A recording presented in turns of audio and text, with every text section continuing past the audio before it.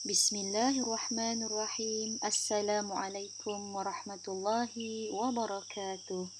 Allahumma salli wa sallim ala Sayyidina Muhammad.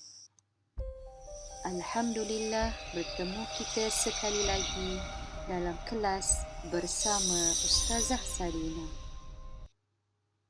Baiklah murid-murid, tajuk kita pada kali ini ialah Nusyuz, iaitu tajuk dari bidang ibadat tingkatan 5, penyelesaian masalah dalam rumah tangga. Murid-murid, pernahkah anda melihat atau mendengar ungkapan ini? Dunia adalah perhiasan, sebaik-baik perhiasan adalah wanita salihah. Apakah kaitan wanita salihah dalam tajuk kita pada kali ini? Jom sama-sama kita pelajari. Dalam slide ini, murid-murid, kita akan mempelajari 3 perkara, iaitu pertama, maksud nusyuz, kedua, hukum nusyuz dan ketiga, perkara yang membawa kepada nusyuz. Maksud nusyuz kita akan lihat dari segi bahasa dan juga istilah.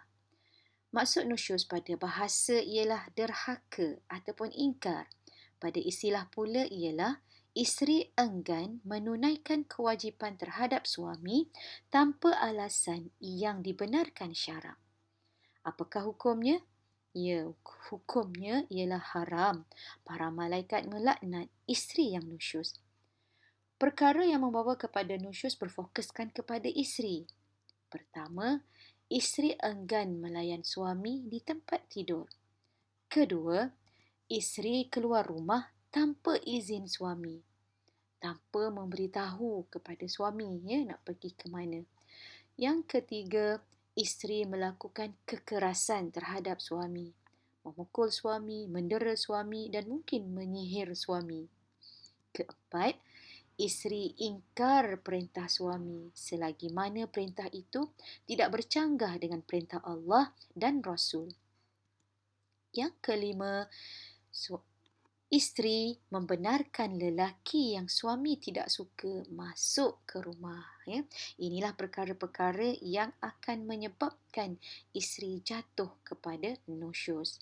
Baiklah murid-murid, apakah kesan dan juga cara mendidik isteri yang nusyuz? Kesan nusyuz ini kita lihat dari aspek isteri, suami, keluarga dan juga masyarakat. Kesan nusyuz terhadap isteri ialah isteri akan hilang hak nafkah daripada suami. Maksudnya suami tak perlu memberi nafkah kepada isteri yang nusyuz.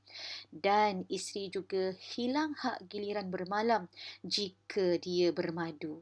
Suaminya ada lebih daripada seorang isteri, maka isteri yang nusyuz tadi hilang giliran bermalam.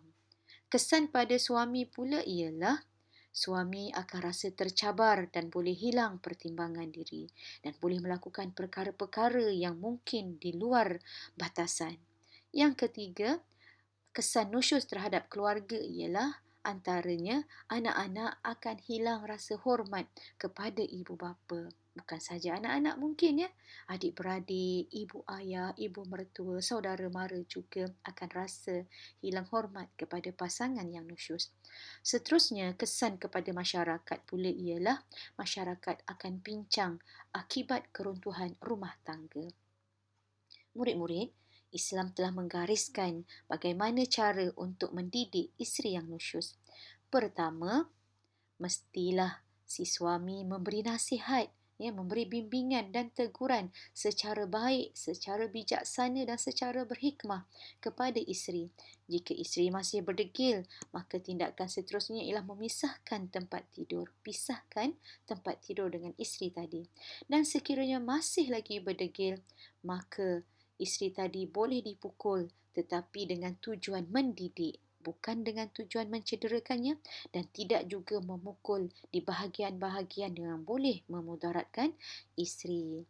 Semoga murid-murid dapat mempelajari dengan baik tajuk ini dan semoga semua wanita menjadi wanita yang salihah, perhiasan dunia. Sekian, terima kasih.